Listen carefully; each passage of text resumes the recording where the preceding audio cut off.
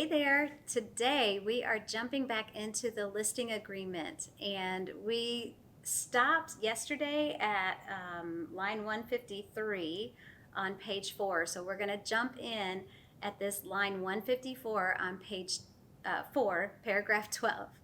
All right, so the disclosure of condition of property. So this paragraph says that basically the seller has to honestly report and disclose anything, any defects, any information about the property that they know. And that is required by the state of Illinois. There are some disclosures that Illinois requires. That would be the Illinois residential real property disclosure, the lead-based paint disclosure if the property was built before 1978, and then the radon disclosure. Those are the three that the state of Illinois would require. So this paragraph here just states that the seller will complete those disclosures and they will be honest in the disclosure of that information. So the lead-based paint disclosure, properties that were built prior to 1978, you need to mark this is box. Properties built after 1978, you need to mark this is not box. Excuse me. So the lead-based paint disclosure would need to be completed again for homes built prior to 1978. Personally, I include a lead-based paint disclosure in all of my listings, and here's why.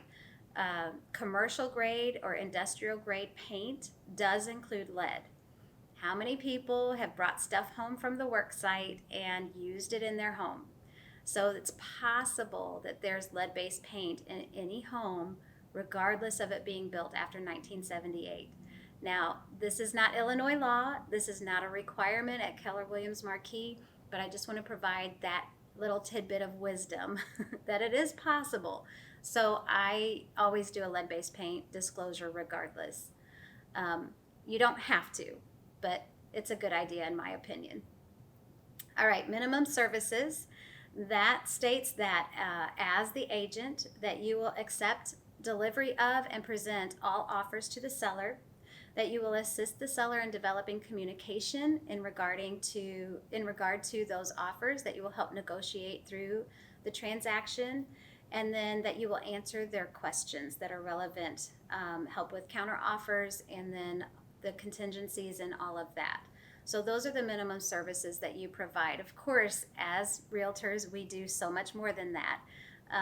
So that just is a legality of information to the seller from Keller Williams Marquis that those are the things that we absolutely will do as required by law.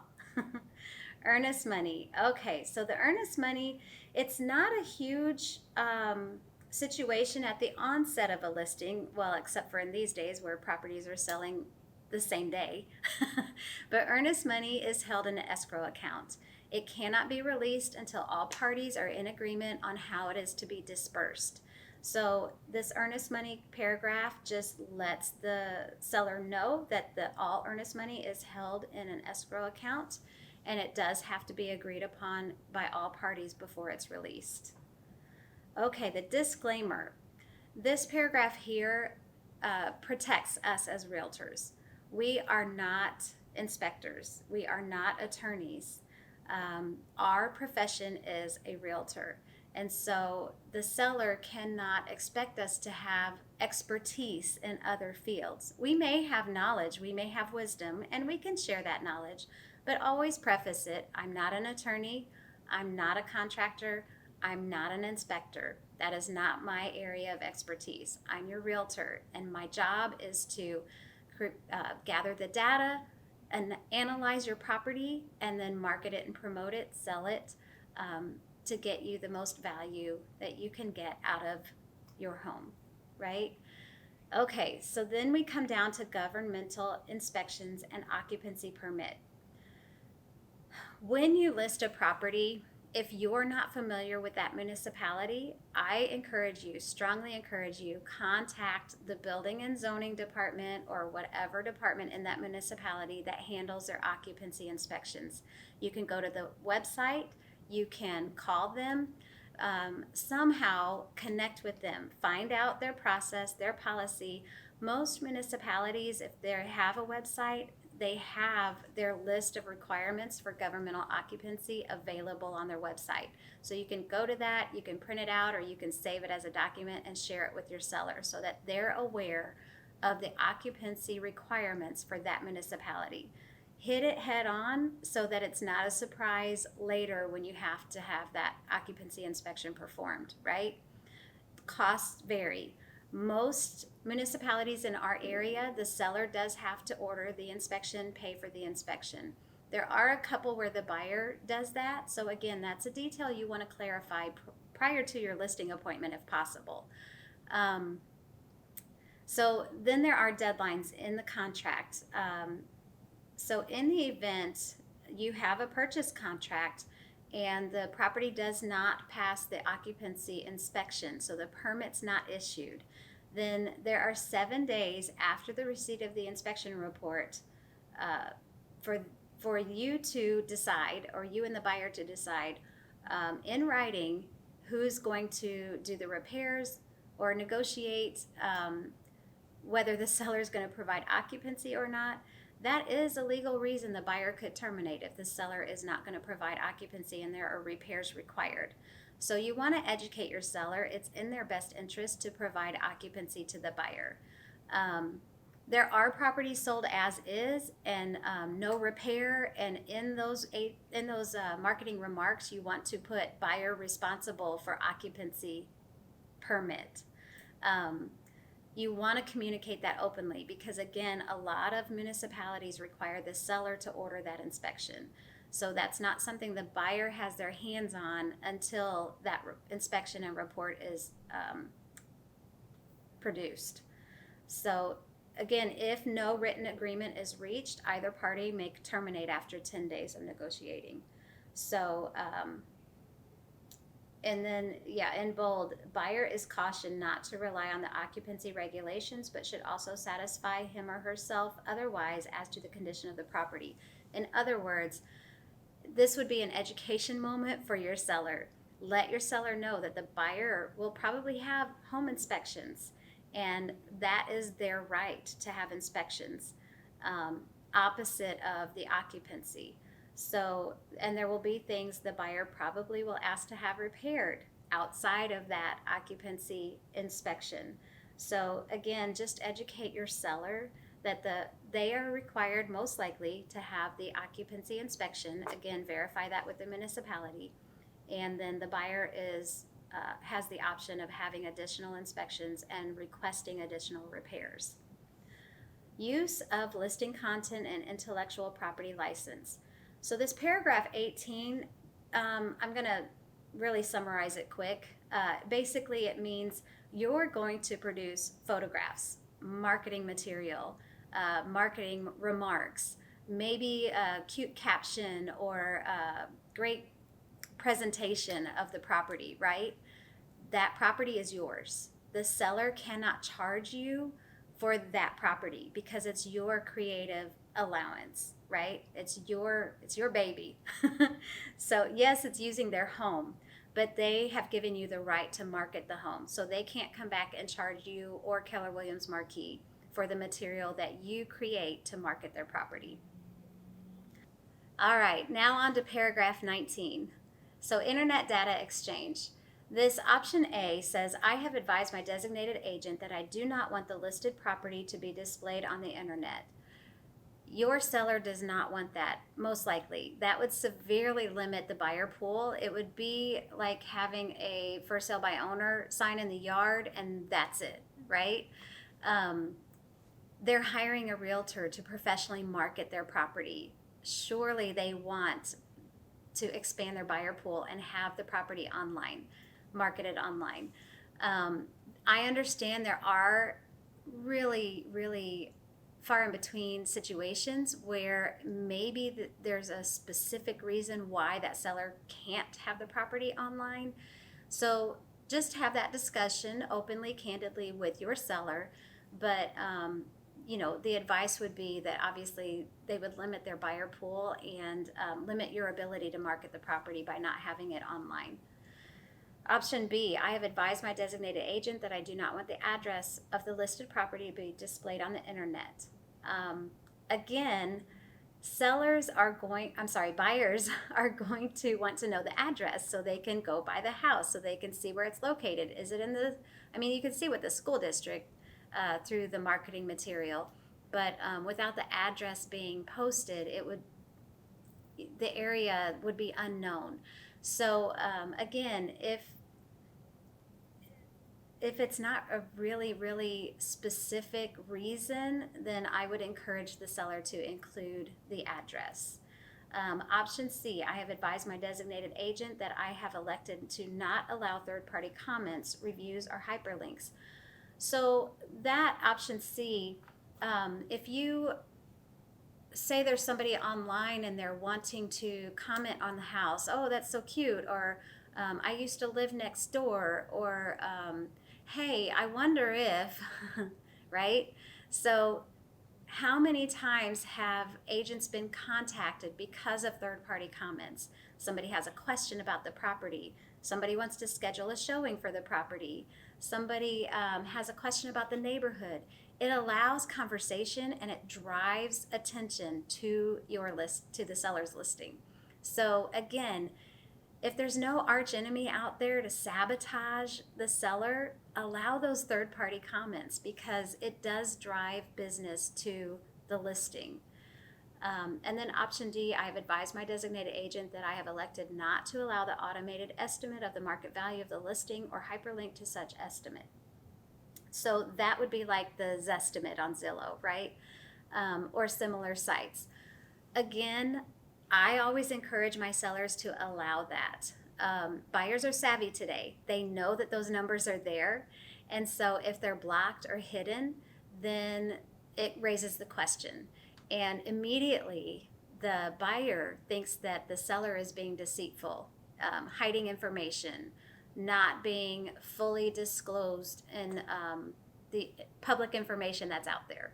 So again, I always encourage my seller to allow those. Buyers are savvy enough to know those numbers aren't 100% accurate. When they first came out, there was a lot of confusion about that. And I know as a realtor, I've fought my battles with that information. But these days, there's enough information out there that buyers know that maybe isn't quite the most accurate number anyway. And that's why they've hired you to represent them, right? If it's Mr. and Mrs. Smith out there, just a regular homeowner out to sell their home, want it marketed and sold easily and quickly, then I would say encourage them to allow all of these options. Or don't check any of those boxes, in other words.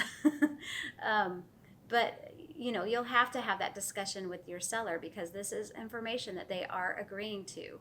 So have that discussion with them through each of those options. Okay, paragraph 20, mediation arbitration. This paragraph talks about if your seller endures some kind of a loss, or they want to place a claim based on some form of loss in the process of the listing. Now, this isn't typical, but obviously it's happened because it's in our contract, and that's exactly how I present it to my sellers. If it's a loss under $5,000, and again, it depends on the jurisdiction, it depends on the location, so you don't even need to quote those dollar amounts necessarily, because they do vary from county to county, jurisdiction to jurisdiction. So you want to just have this conversation. Somebody somewhere along the lines has suffered a loss. Depending on the jurisdiction that we're in, it would either qualify as a small claims loss, or it would go into the mediation or arbitration legal process. And so if you would suffer a loss, this paragraph discusses that process. And again, I reassure my sellers that it's not typical, but it could happen, and so this language here protects them. If you want further explanation of that, we can definitely dive into that, but that is the way I present this information. Initials here by the sellers. We move on to page 7. So remedies upon default. This would be, we have a legal agreement. This is a contract. We have dates, right? If the seller is unhappy with your service as a realtor, they may say, hey, I want out of this agreement. Now, it is a legal binding contract. So they are bound to the terms of the contract. If for some reason they feel like there is a default, they can communicate that with you. They can contact me and we can figure out a solution or a remedy. It may be that the seller isn't holding up their end of the deal. Remember the things that they are required to do way back in, what page was that on? Let's flip back for a moment. The seller it's page 3. Seller further agrees. If they're not holding up their end of the deal with these things that we discussed the other day, well, then you have the right to terminate the listing.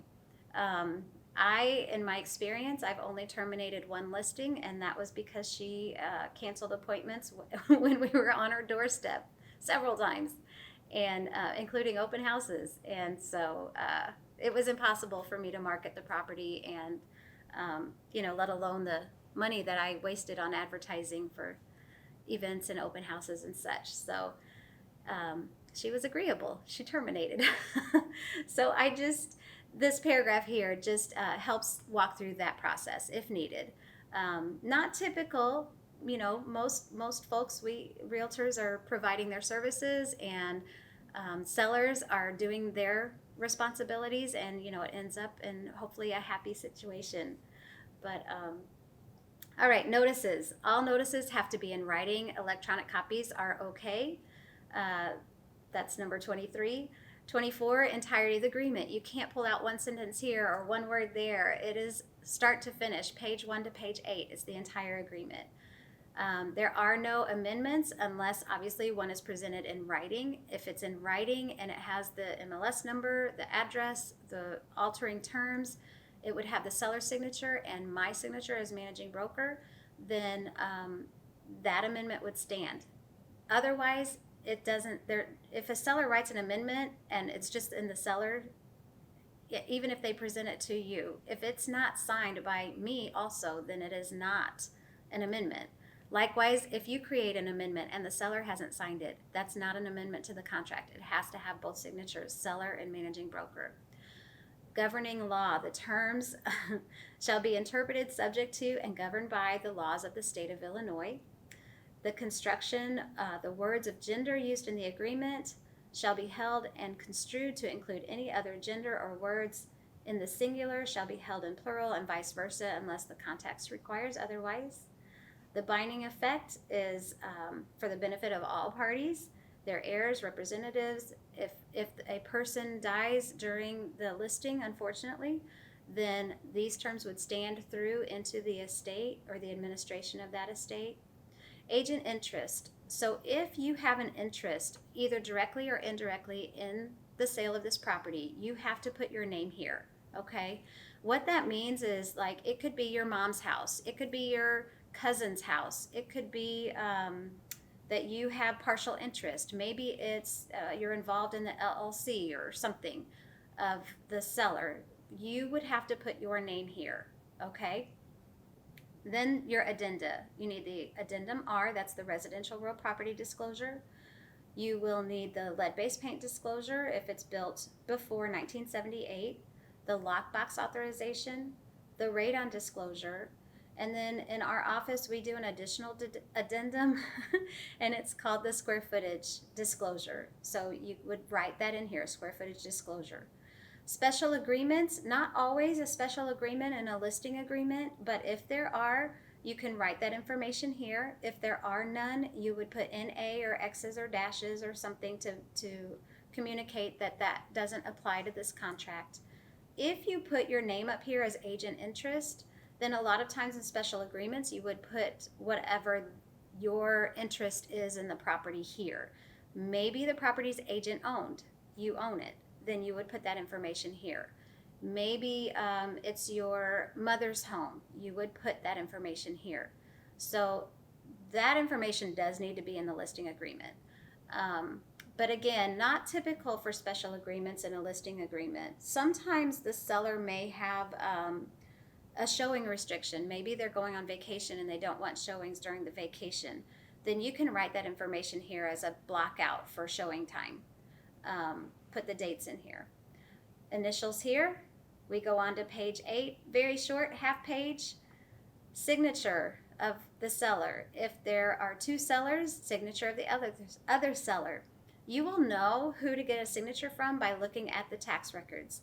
So when you pulled up the tax records to investigate about the property and gather the parcel ID number, the legal description, and all of that information, you'll see who's on title and you'll see where the tax bill is mailed.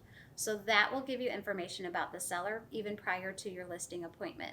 So that's how you know who needs to sign the listing agreement, whomever's on the tax bill. So signatures here, then the printed seller's name on line 339. Then in these two blanks are the seller's address. It can be different addresses, not a big deal. So the seller addresses go there, and then the phone number for each one, the email address for each one, and then you sign here as the designated agent. If you are co-listing the property, then your co-lister would sign here, and then I sign as managing broker over here and I date it. And then seller initials go down at the bottom. That is the listing agreement. Now I do want to impress upon you, if my signature is not here and you have not delivered the fully signed with my signature document to your seller, it is not binding with the seller. So you need to get my signature on here after all of that's completed. So seller has signed, you have signed, then I sign and date, and then you need to provide a copy to your seller. Then it's a legal binding contract. Okay? So I know that's a ton of information. We've had a couple days going through the listing agreement. Tina, Pam, and I are here for any questions you have about this document. So reach out to us. We look forward to hearing from you.